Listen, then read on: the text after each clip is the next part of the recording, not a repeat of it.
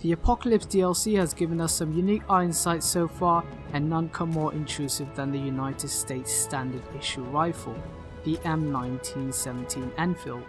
In this review we're going to look at what makes it so unusual among all the other scout rifles in Battlefield 1. The model of 1917 Enfield is a modified version of the 1914 Enfield. They modified the bolt, magazine and the chamber specifications so the same ammo supply as the M1903 Springfield could be used. The front sight was protected by metal ears on each side, and the rear side had a folding leaf adjustable for elevation, making it so popular with the US Army that all future infantry rifles such as the M1 Garand and the M1 Carbine all carried their own version of them. Let's just say it didn't get the same warm reception in Battlefield 1.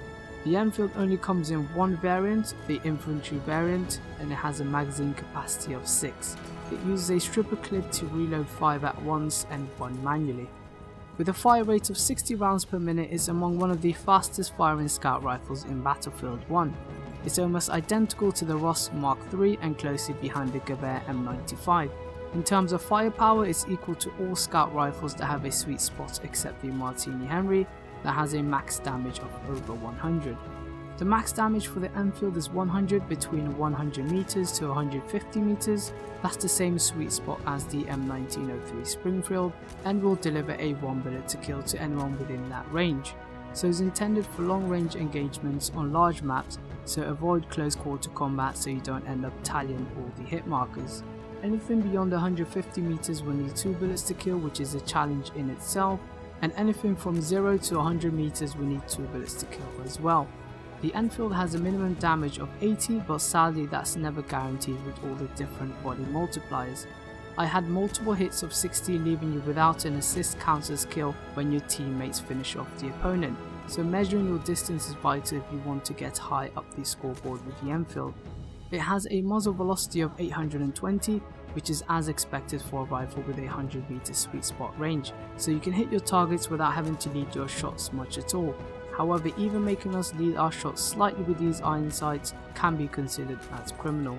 The iron sights are too intrusive, making moving targets almost off limits and completely off limits if they are moving from 100 meters away. So I recommend using the max zoom on the iron sight so you have a better field of view when you aim the down sights. It should help enlarge further away targets and slightly compensate for the lack of variance. Having a fast firing rifle comes with a few disadvantages though.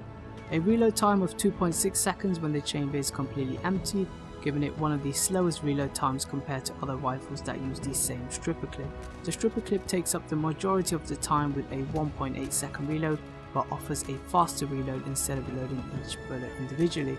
The reload is 0.8 seconds per bullet when done individually, so it's almost essential that you reload when you have exactly 1 bullet left in the chamber to avoid the long reload time. The vertical recoil is 2 and the horizontal recoil is 1, which is implemented across all the bolt action rifles except the Martini Henry. Again, the spread and hipfire first shot multiplier is the same across all the bolt action rifles except the Martini Henry. So no major differences here. All scout rifles are inaccurate when firing from the hip, so make sure you aim 99% of your shots. Overall, the M1917 Enfield is a long overdue addition to the scout class. It fills the void of the M1903 infantry that we never got with the base game. DICE opted to add the experimental variant instead of the infantry variant, and it seems clear why. The iron sights combined with the sweet spot range makes it undesirable to play with and very challenging.